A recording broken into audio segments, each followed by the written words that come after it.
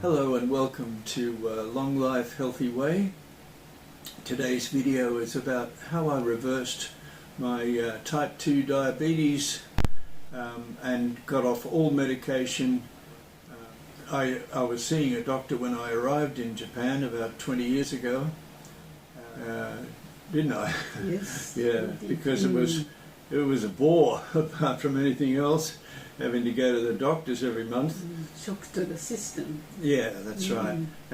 But more importantly, I wanted to feel healthy again. So my HbA1c was consistently 5.7, 5.8, and that's well within the normal range. And so the doctor finally said, you know, you're cured, you can get off medication. And I haven't felt this good for years. It's old-fashioned thinking that doctors used to have to, once you got diabetes, type 2 diabetes, you had it for life, and it was a kind of a... That's like a death sentence. I don't want to have it for life. Yeah. So I saw the film Forks Over Knives not long after arriving in Japan 20 years ago. And that was a fantastic film, and it was a turning point, and I could see that there was real hope for me to get off medication and get back to normal. So this book here is Dr. Neil Barnard. He's from the Physicians for Responsible Medicine in America, and he proves beyond doubt that you can not only manage diabetes but actually get off it and reverse it. And so that was one thing. I've got several books by the various doctors, including Michael Grieger and Caldwell Esselstyn. But the other book which was helpful was the Craig and Bradley Wilcox. They're both doctors, and Dr. Makoto Suzuki. And they wrote this epic book. They did a huge study in Japan and Okinawa and the blue zones of Japan. There's several of them. And they showed that lifestyle and diet and everything else was, you know, the key to the health of these Okinawans and other Japanese. And so, you know, there's undoubted proof. The Okinawans, they live well into their 80s, 90s, and 100.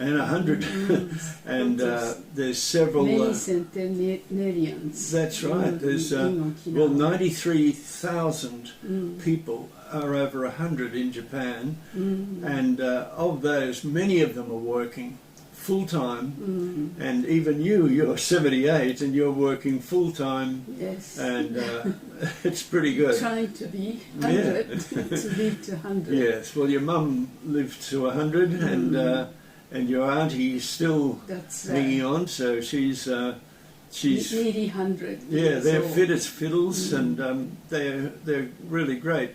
And of these centenarians, there's several who are over 100. Well, they're obviously over 100, but there's several who work full-time jobs as doctors and pharmacists, and even one guy that I read about, he's a real estate agent. So he's still selling real estate at this stage. So these people helped me, or gave me hope that, you know, it's not a lifelong sentence. It's a disease that you get over. And there's one particular thing that helped me understand what actually causes diabetes, and if you know the cause, you can do something about it, and I did. So this is the first of 4 videos. It's a big subject, and I have to go into much more detail with you know, with the videos. So next week I'll have the facts and figures on what food was good for me. And So how did it happen to you? yeah, that's right. Yes. So I'll just give you a brief history of what happened to me. It's about 30 years ago, and I was driving back from Wollongong, which is 80 kilometres south of Sydney, and it was evening, and I found that I couldn't see the signs on the road properly. I could make them out, but not very clear, and I was really a bit worried. I mean, I could drive all right, but it's just that details escaped me, and they were a bit blurry. And so anyway, we arrived home, and I went on about my business. But then a couple of weeks after that, I took my daughter to a play in Newtown, and the same thing happened. I was in the theatre, and I couldn't see the actors very well. I couldn't make out the expressions on their faces or anything like that. And I thought, well, this is bad.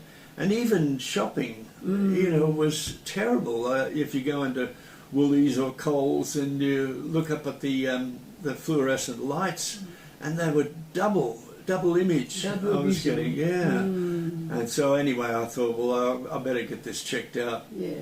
Something is happening. Yeah, that's right. So I went to I was referred to an endocrinologist from my GP, and I gave him the history of this vision problem, and he said he took my blood straight away, and he went, "Wow, you've got type 2 diabetes," and my HbA1c at that time was 324 milligrams, and he said, "That's dangerous. You want to really do something about this." And I was shocked, and so he put me on metformin 500 milligrams twice a day, and that was you know, it cured my symptoms, and I wasn't getting those huge spikes, but it was a muddle. My life was a bit of a muddle at that time, because I was coping but not thriving. That's right. Yeah. So anyway, that was a turning point. I had to do something, but because of the circumstances at the time, I was very busy with work, teaching, and I found I just didn't have the energy to teach for long. I didn't think. At that time, it was very hard for us, because I remember you were always busy with the work, and also at the same time we had a problem with our son. Yes. And he needed a lot of support. Yes, that's right. So I felt, you know, we had a stress in our family. It was very stressful. Yeah. He was diagnosed with Tourette syndrome, and he manages all right, but it was a worry at first. And also, it took us 2 years to diagnose properly. Yes, that's right. So that's, you know, caused a lot of stress as well. Yes, we just didn't know what was wrong with him at the time, but fortunately we got a diagnosis, and we could sort of try and do something about it, and certainly we had to support him.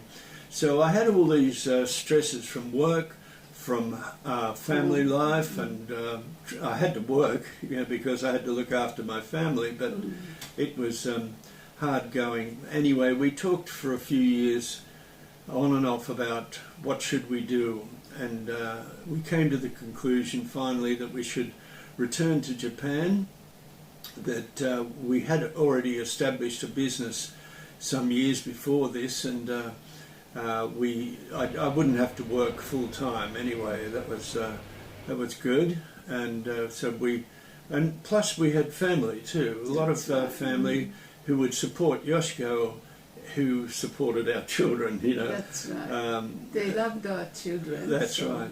So anyway, we finally came back to Japan, and I saw this film, Forks Over Knives, and then I started reading all the books, and I cured myself of diabetes starting about 12 years ago. So I'd like to share with you my way of doing it, what I did to get off medication completely. Just briefly, I had a plant-based diet, and I eat a little bit of fish too. But mainly vegan sort of food. Yeah, that's right. And I got to like it, actually. It was really quite nice. So then I started walking a lot, didn't I? And our school is about 3 or 4 kilometres from here. About 20 minutes. Yeah, and I go every afternoon and pick up Yoshiko and bring her back, and I walk there and back. About 6 kilometres, 8 kilometres, something like that. So the walking and the diet, and the more relaxed I am, much more relaxed here. Because we are getting support from family. Yeah, that's right. And I didn't feel I was alone in Australia. So thank you very much for watching. I hope you got something out of it, and I hope if you like to watch the next video, that will be about, I'll go in much deeper, and especially I'll talk about how I came to understand the cause of diabetes. So once I understood that, I thought, I can beat this. So thank you very much, and we'll see you next week. Thank you, everyone. I hope this will help you. If you have someone suffering from diabetes. And the side effects of diabetes, the terrible things that can happen to you, amputations and going blind and all that, and I didn't want any of that. That's right. I just didn't want to, I just wanted to feel normal again. That's right. And you succeeded in achieving, medicine free. Yeah. So that's wonderful. Yeah, it is. Okay, see you next time. Yes, thank you.